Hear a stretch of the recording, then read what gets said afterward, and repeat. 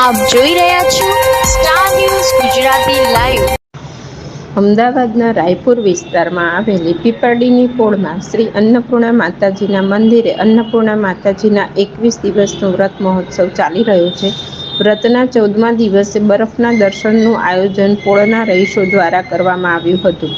દૂર દૂરથી નાના મોટા સૌ માતાજીના દર્શનાર્થે આવે છે અને વ્રતની સાથે સાથે માનતા પણ માને છે। 21મા દિવસે ભવ્ય અન્નકૂટનું મહા આયોજન કરવામાં આવે છે। આ 21 દિવસના વ્રત દરમિયાન સવાર સાંજ આરતી ભજન કીર્તન પણ કરવામાં આવે છે।